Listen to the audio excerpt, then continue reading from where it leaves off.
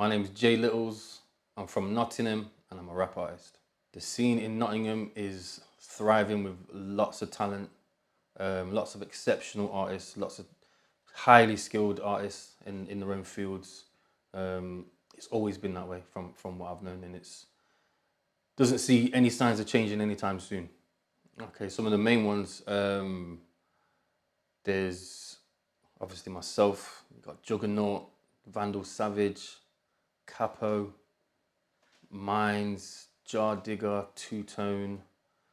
Production wise, you got The Elements, DJ Fever, Joe Buddha, Landlord. Then you got MCs like Snowy, you got Brucey, Window Kid. The list goes on, man. There's so many amazing guys, girls as well in Nottingham. Yeah, a lot of amazing artists there, man. Joe Buddha, legendary producer, first and foremost. The last few years, he's been hosting a plethora of like different events, that cater to certain types of music. He's got a great space above his studio where there's a lot of parties all year round. A lot of great events. We celebrated the 50th year of hip hop there, which was an amazing event. And just, yeah, that thing's just continuing to grow its own legs and do its own thing. It's a really good thing, man. I'm from a very, very musical family, so it's just in the DNA. My dad's a percussionist. I've got a cousin that DJs, uncles that DJ. One of my uncles is also a known rapper from like the 90s Eurodance era in Europe. So I just naturally picked things up, just being in and around it from a child.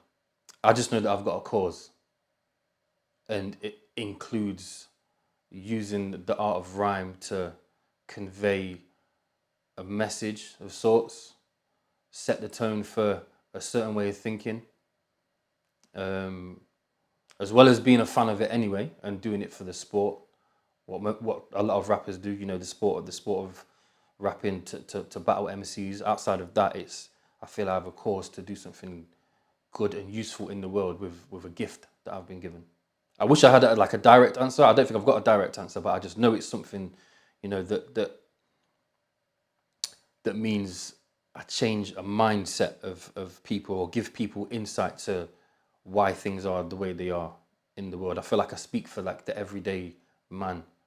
I've seen things in life, I've done things in life, and I think with the gift that I've been given, there's a certain level of responsibility to convey a certain message and be a voice for people now, for generations to come, whatever that may be. And I'm just continuing on that journey, and yeah, one day we'll get the answer. One day we'll complete the mission, complete the quest. So I grew up in the house of my mum, sister, and grandma, council estate living. I know struggle, being skint, being broke, having to figure out life, having to put in the graft. Yeah, just the everyday people living, just things that I know in life. There's some good things, there's some bad things, and I just think all those things that I've seen and been through in my life have made me the person that I am today. I haven't got any crazy stories to share, no crazy trauma. I've seen enough and I've done enough to know that I've got something worth saying. So all those things kind of play into the person that I am. Yeah, so growing up in that council estate environment and having those experiences of everyone being skint and having to figure out life and things like that, I think it does play into the type of artist that you are, because you're able to take from that, you take the negatives and turn them into positives, even if it's a really bad time that you remember. If you can take from that and make something out of it that people can take from themselves, and relate to, then it's a good tool to have. I don't think there's anything bad about having them experiences and coming out the other side of it. My goals and ambitions is to make as much noise as possible now. Get my face out there, get my name out there, keep putting out good quality music that stands the test of time, travel the world, see different places, doing shows, meeting interesting people, collaborating, making amazing music and just continuing to be in love with the art form. I think people need to be willing to have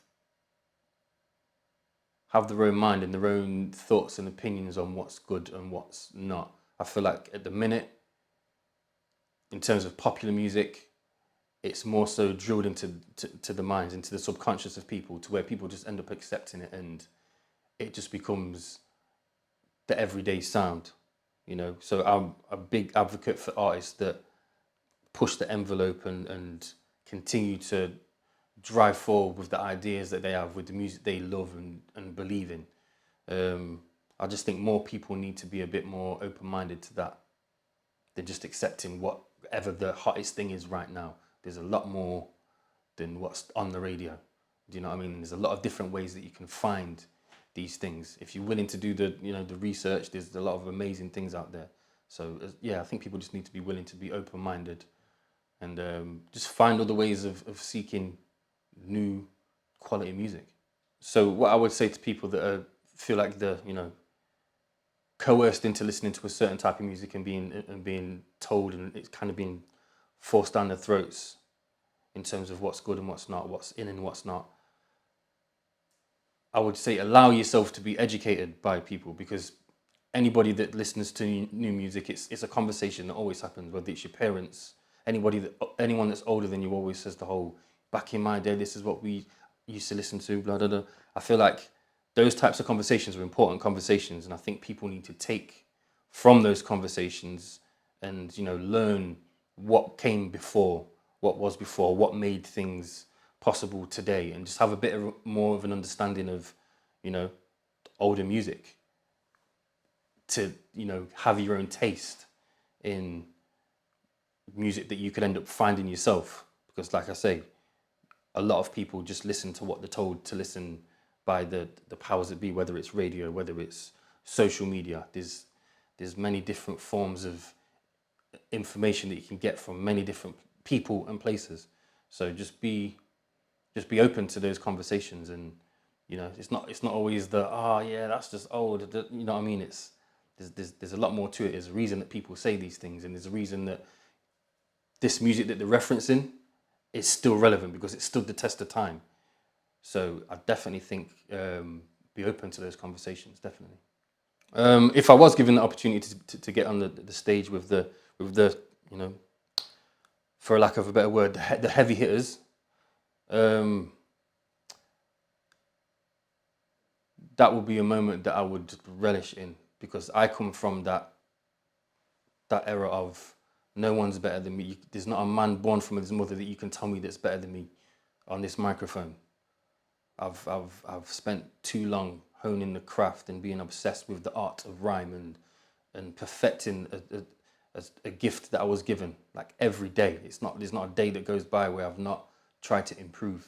So in that scenario there's only one thing that's happening, and it's Smoky Settings. That's it. 3 words that describe me, I would say: ambitious, driven, reserved.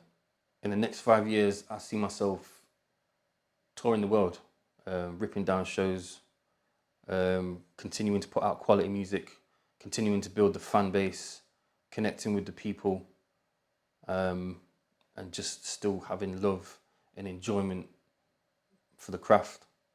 I don't think that's ever going to change. I think things have been stifled, I think it's unfortunate, like where I come from. I think in Nottingham, there's just not the resources there or the infrastructure. We've always looked down south. We've always looked overseas.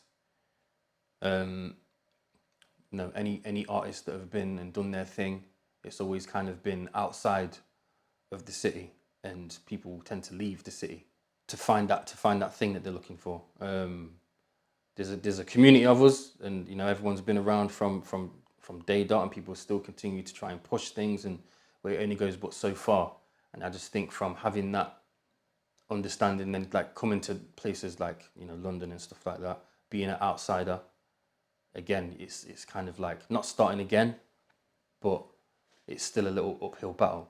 So, you know, I've just got to a point now. I've paid my dues. I've been around the block. I've done my thing, and now I'm just out here trying to make some noise. Hence why the hunger's still there. Why you hear that, it's definitely there, and shows no sign of slowing up. And yeah, I'm here to fuck shit up for real.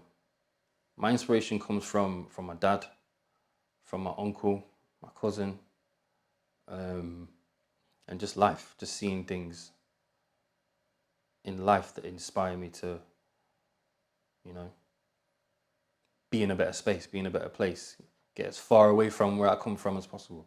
So my creative process is pretty straightforward, you know. I use the pen and pad, I use the phone, or I store everything in the mind. I have a belief that, you know, whatever's meant to remain will stay there. So I've never worried about like forgetting rhymes. Like it's kind of like a little skill that I learned quite a few years ago. So, you know, when I get presented music, I'll sit with it. If it makes sense, if it makes me feel a certain way, then we'll start the creative process. I don't force anything. I don't force anything. I'm very hands-on with like post-production and stuff also. My preference is definitely to be in a studio rather than have a home setup or write at home and stuff like that. I like to be in a musical space. And I thrive off like, you know, being on like posse cuts, and I've got 5, 6 other MCs in the room, and it's that whole, right, I'm gonna kill these, man. Do you know what I mean? Still sharp and still. So yeah, my creative process it's pretty simple. It doesn't really stretch too far from that. I don't think art does help me in any other areas of my life. I mean, no, I guess it does. I guess it does, because, you know, when people, I know a lot of people that struggle to speak on the feelings, you know, struggle to just struggle with emotion, and like even like mental health issues and things like that. A lot of people struggle with that these days.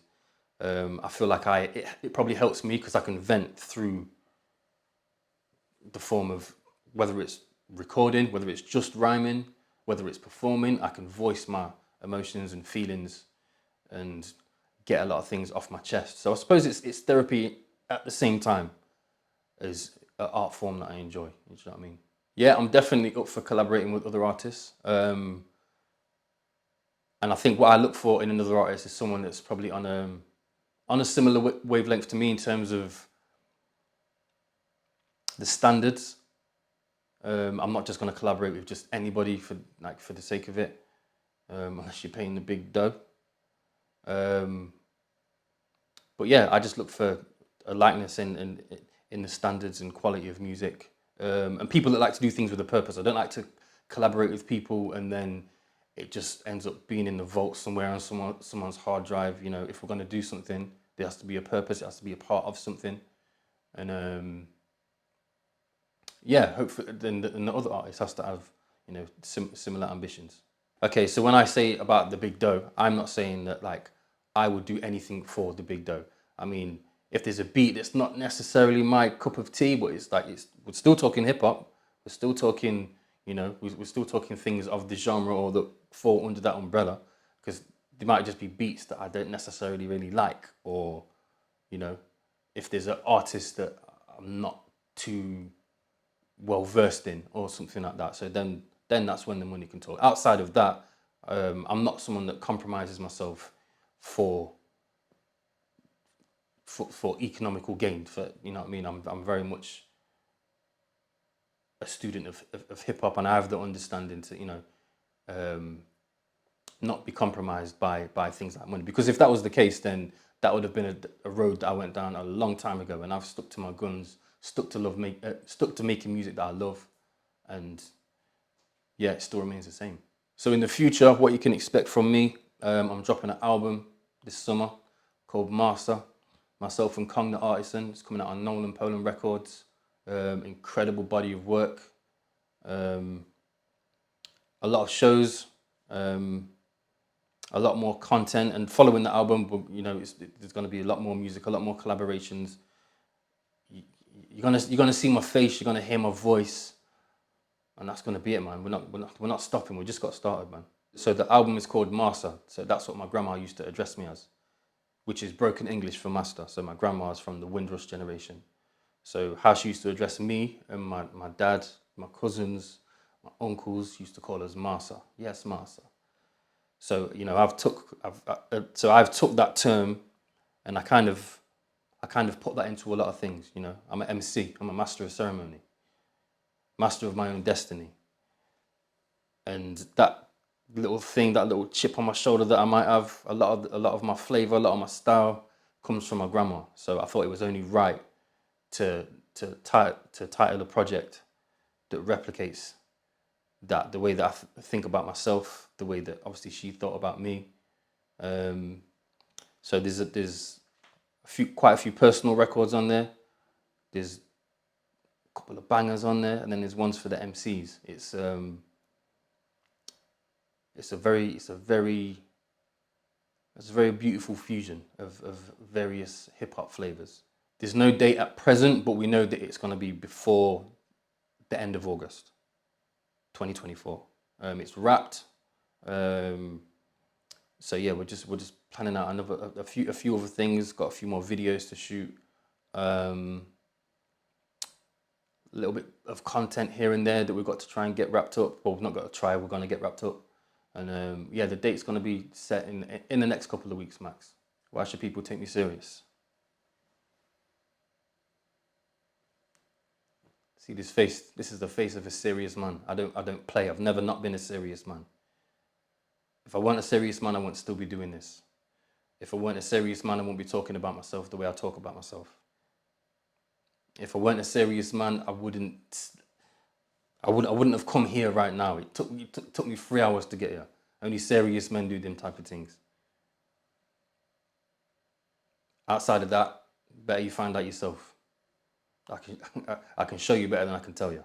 You can find me on Instagram, J Littles Music, on X, J Littles Music, YouTube, J Littles Music, Spotify, all the DSPs, J Littles, on TikTok, J Littles Music. A lot of content coming. You can check out the back catalogue. And yeah, I'm outside, man. I'm outside.